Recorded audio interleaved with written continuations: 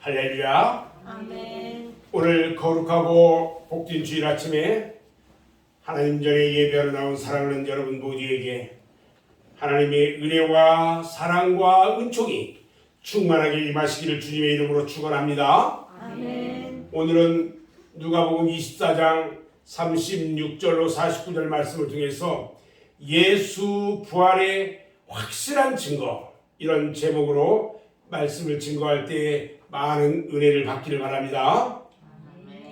우리는 지난 주일에 부활주일을 은혜롭게 지냈습니다. 그리고 오늘은 예수님이 부활을 하신 첫 번째 주일입니다. 그래서 오늘 또 예수님의 부활에 대해서 조금 더 말씀을 드리려고 합니다.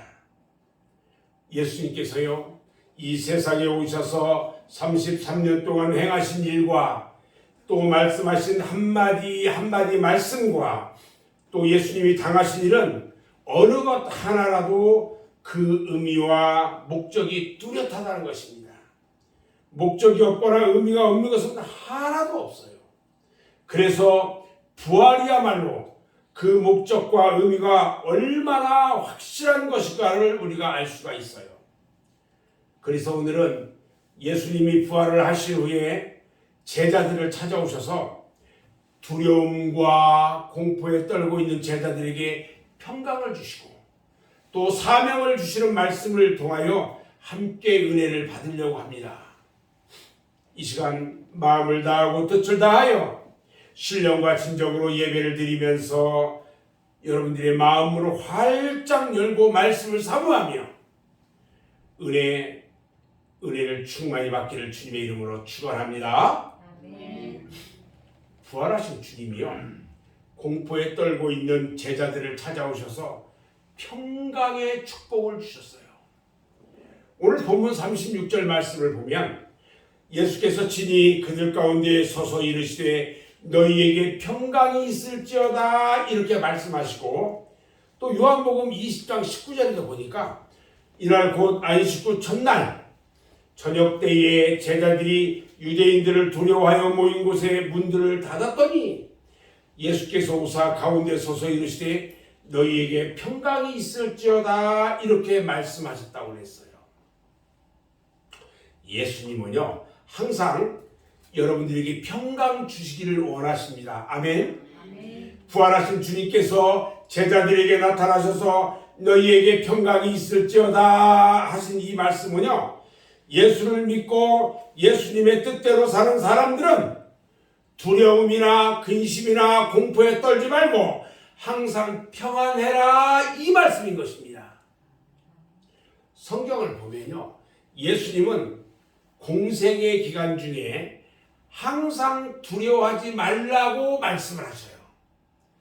누가복음 12장 6절로 7절 말씀에 보면 머리털까지도 다 셀 정도로 우리를 귀하게 여기시고 두려워하지 말래요. 또 마태복음 14장 27절에 보면요, 예수님이 무리를 걸어오셔요. 근데 제자들이 배를 타고 가다가 바닷가에서 깜짝 놀래요. 그리고 저기 무리를 걸어오는 사람이 유령인 줄 알아요. 그때 주님이 말씀합니다. 안심하라, 내라, 두려워하지 마라. 그리고 또 말씀합니다. 너희 믿음이 어디에 있느냐 이렇게 말씀하시며 책망도 하셔요. 우리 주님께서는요, 언젠가 요한복음 14장 27절에서 말씀하시기를 너희에게 평안을 줄 것이니 너희는 마음에 근심하지도 말고 두려워하지도 말라 이렇게 말씀하셨어요. 사도 바울도요, 로마서 8장 35절 36절에 말씀하시기를 누가 우리를 그리스도의 사랑에서 끊으리요 환난이나 곤고나 박해나 기근이나 적선이나 위험이나 칼이랴 기록된 바 우리가 주를 위하여 죽임을 당하게 되며 도살할 양같이 여김을 받았다 이렇게 말씀했어요. 여러분, 우리가 두려워하거나 근심하거나 염려할 것은요, 아무것도 없어요. 주님의 부활의 주님을 믿고 신뢰할 때에 기쁨과 평안함이 물밀듯 여러분들에게 다 밀려올 것이기 때문입니다. 아멘. 그런데 제자들은요, 놀라고 무서워 떨면서 오히려 예수님을 영으로 생각하고 믿지를 못했어요. 오늘 37절 말씀해 보니까 그들이 놀라고 무서워하여 그 보는 것을 영으로 생각하니라, 귀신이라고 생각한 거예요. 예수님을 보고. 예수님의 부활 사건이야말로 너무도 놀라운 사건이기 때문에 도저히 믿기가 어려웠어요. 지구 역사상, 아니 인류 역사상 예수님처럼 죽었다가 부활한 사람이 한 사람도 없기 때문에 그렇습니다. 예수님께서 골방에 찾아오셔가지고 너희에게 평강이 있을지어다 이렇게 말씀하셔도 믿어지지가 않았어요. 오히려 유령인가 해가지고 두려워 떨고 있어요.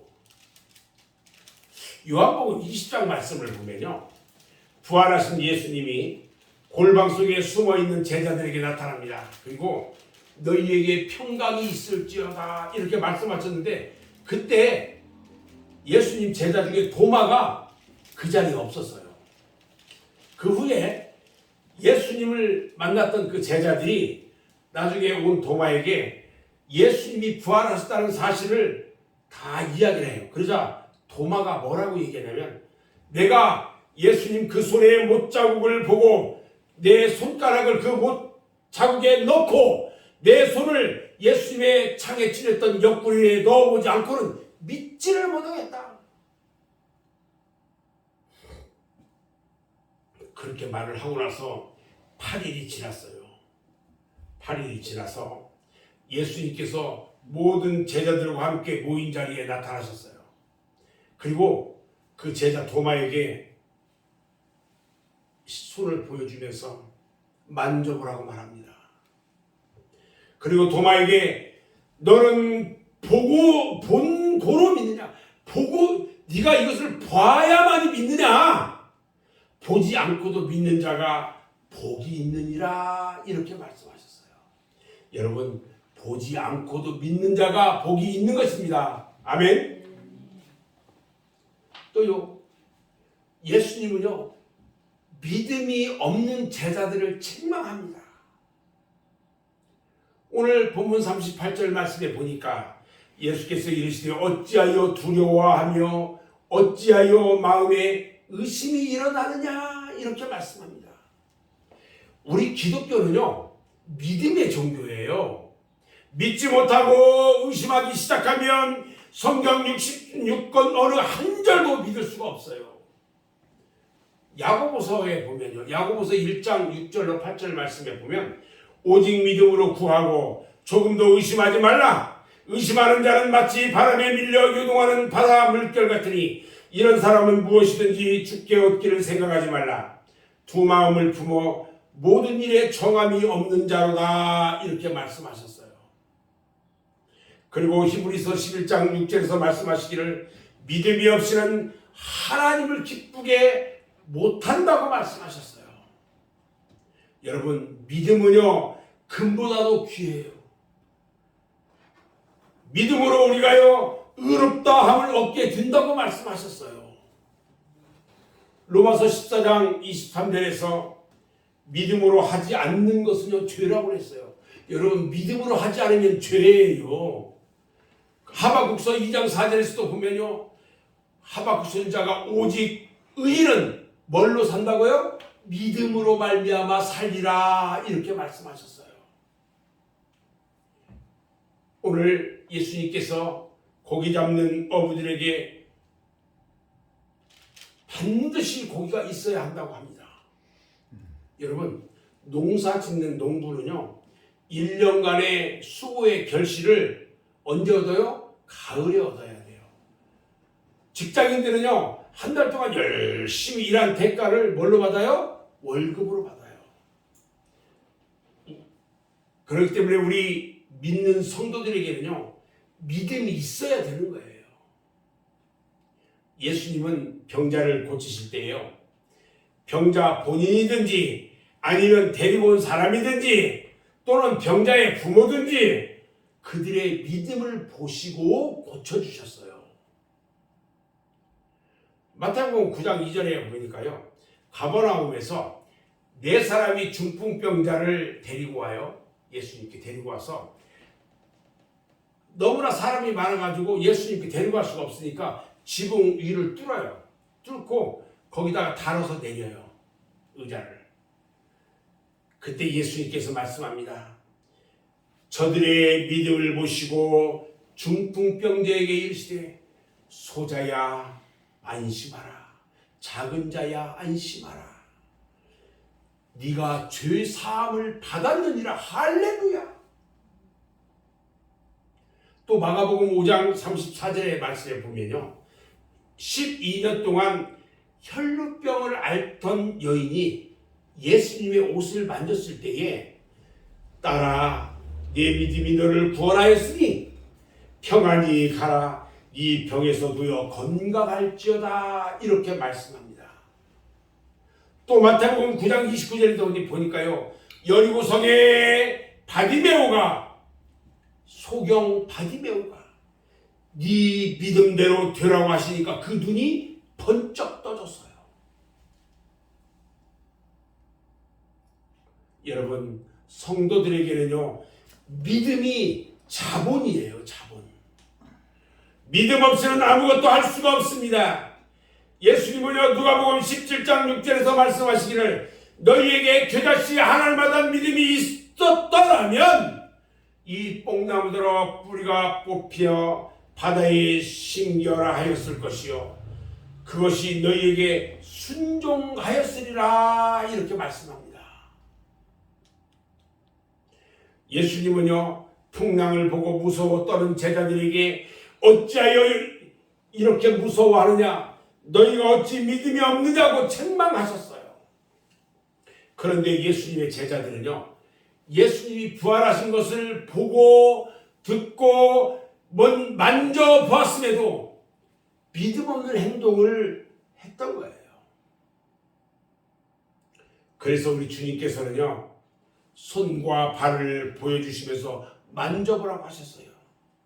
오늘 39절 말씀에 보니까 내 손과 발을 보고 나인 줄 알라, 또 나를 만져보라, 영은 살과 뼈가 없으되 너희가 보는 바와 같이 나는 있느니라, 이렇게 말씀하신 거예요. 그리고 혹시 먹을 것이 있느냐 하면서 먹을 것을 달라고 해서 제자들이 보는 데서 친히 잡수셨어요. 예수님이 못 박혔던 손과 발의 흉터를 보고서야 부활하신 예수님을 알아보고 어쩔 줄 모르고 있는 제자들에게 예수님이 말씀하셔요. 여기 무슨 먹을 것이 있느냐? 그러니까 제자들이 구운 생선을 드렸어요. 그랬더니 예수님이 그걸 받고 그 앞에서 잡수셨어요. 살아계신 것을 몸소 보여주시는 거예요.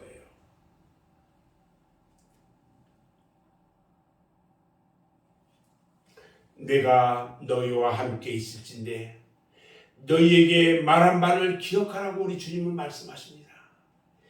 내가 그동안 너희에게 말한 말을, 말했던 것들을 기억해라.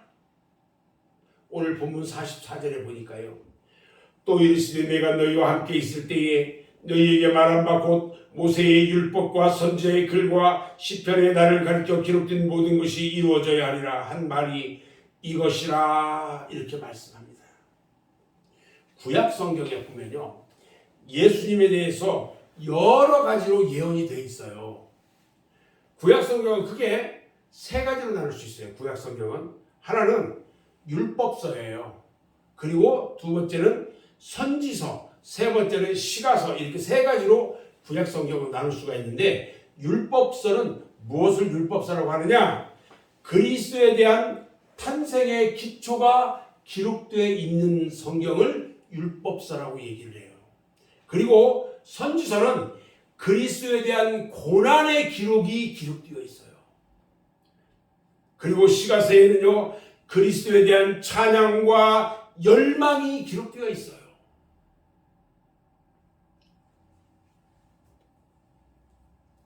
이 구약의 예수님에 대한 기록들이요, 이제 이루어질 때가 되었다, 이런 말씀인 거예요.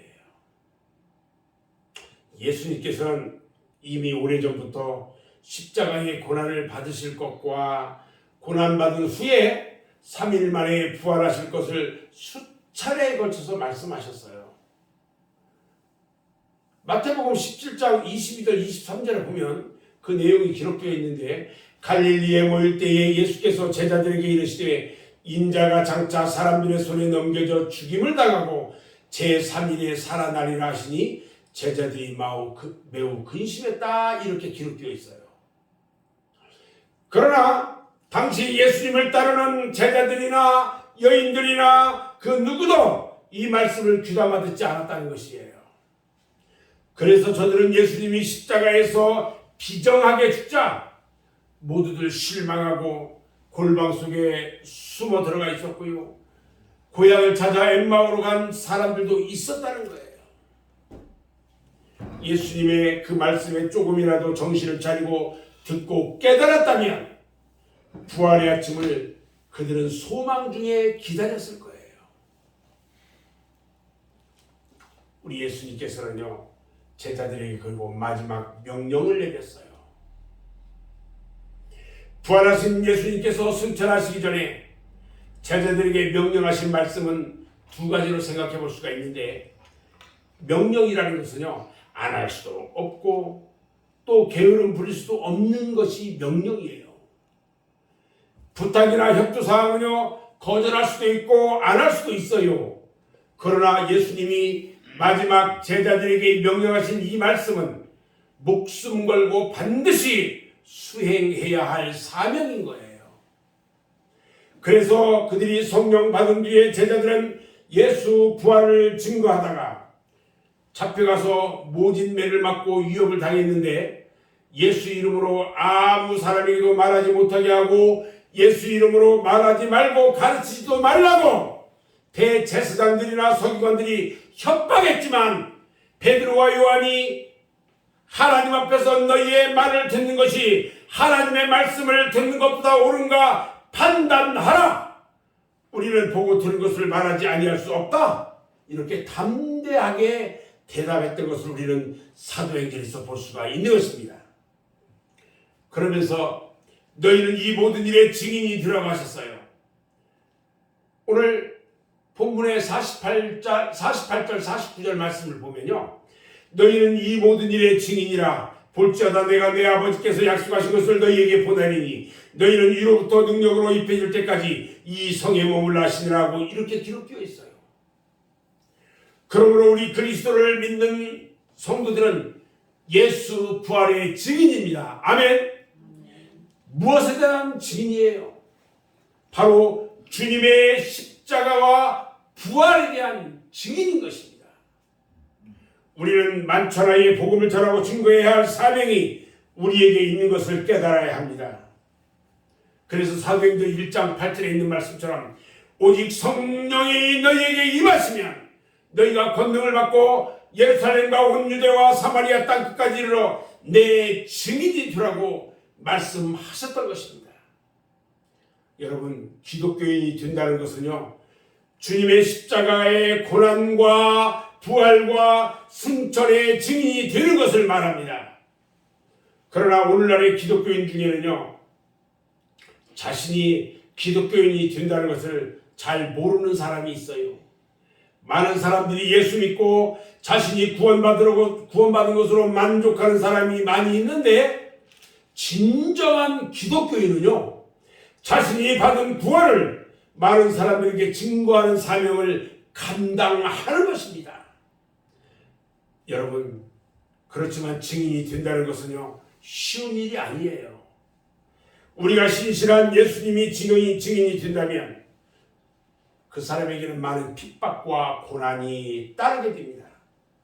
그렇다고 해서 소홀히 한다거나 게을리 한다거나 아니면 아예 무시해버리면 안 됩니다. 어떤 고난이 와도 핍박이 와도 주님을 증거하는 사명을 감당해야 하는 것입니다.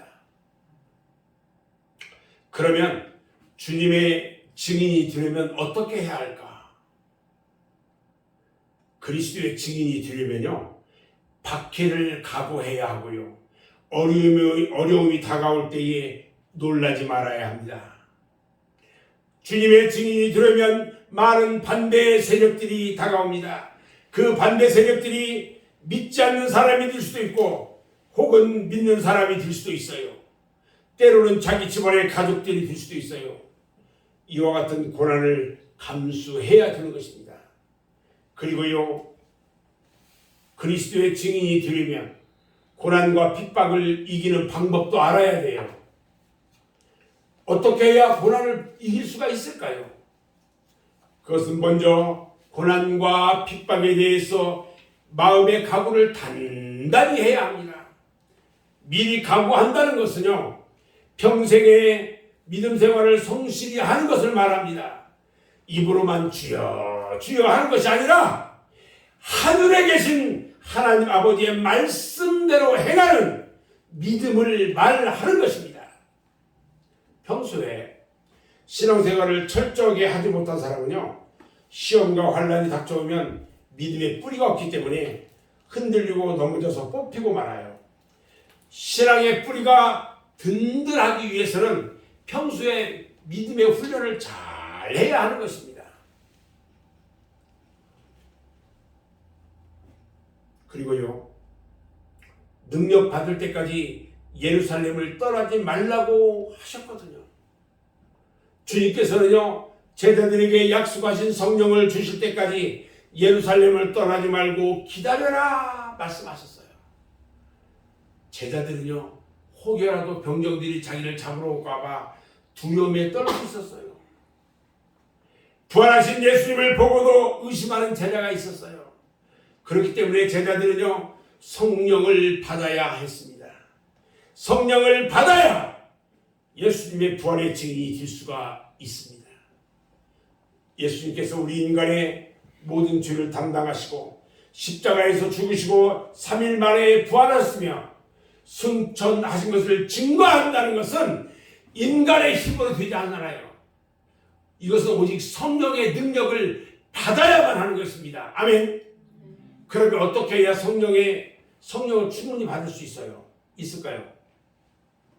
그것은요, 예루살렘을 떠나지 말고 기다리는 거예요.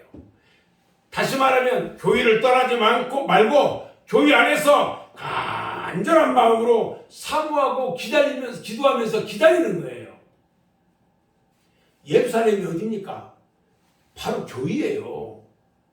교회 안에서 예배를 통하여 성령을 충만하게 받을 수 있는 것입니다. 교회 안에서 성령을 받아야 돼요. 아멘. 세상에서는 받을 수 없어요.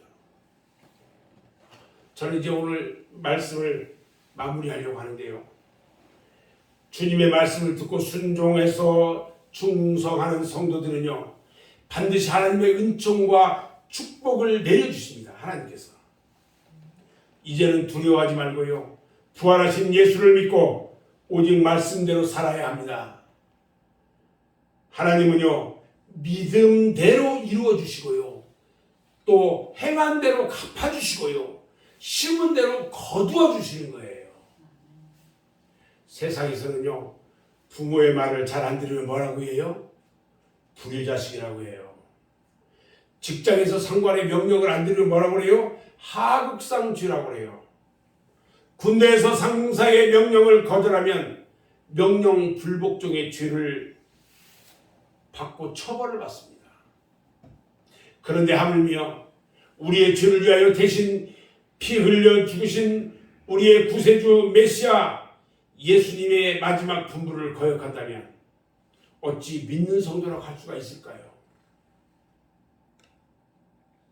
사랑하는 여러분, 이제부터라도 주님의 말씀에 잘 순종하는 성도가 되어서 주님으로부터 착하고 충성적인 종이라는 칭찬과 상급을 받는 성도가 되시기를 주님의 이름으로 축원합니다. 아멘. 기도하겠습니다.